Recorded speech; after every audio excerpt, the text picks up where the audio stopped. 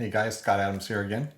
So today I wanted to talk about chargebacks and chargeback management, but from a different angle. So, most of the time I tell you what you should do to lower your chargebacks. But today I'm thinking let's do this backwards. Let's talk about what you should not do.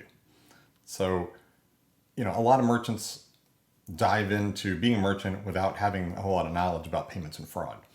And so they go in, they have a bunch of great sales days, they're super happy until they get the chargebacks. Then they're in a panic. And so they Google and they find somebody to help them. And they don't have the ability or they don't have the knowledge to know when they shouldn't do something that they're told. So I wanted to kind of throw out a couple things. So one, and I've heard this from tons of merchants out there, that one of the things that they're often told to do by some providers, and again, you should absolutely not do this, is do something called friendlies. So these are basically small transactions that just drive up the denominator of your ratios. So, if you do 1,000 sales and you have chargebacks, you're dividing those chargeback numbers by 1,000. Well, if you're over by a bit and you add another few hundred transactions or another 1,000 transactions, you lower that chargeback rate.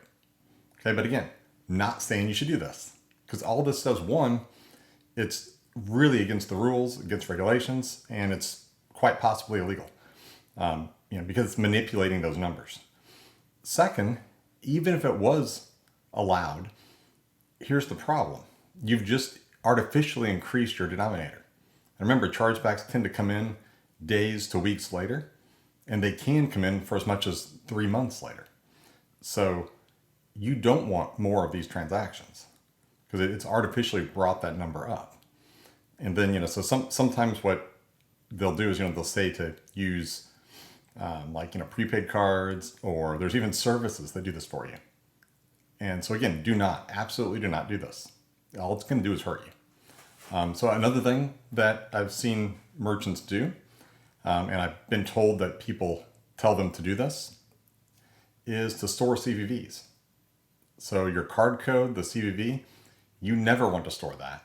It's, again, highly against the rules, possibly illegal, and there's really no reason. You don't have to have that number.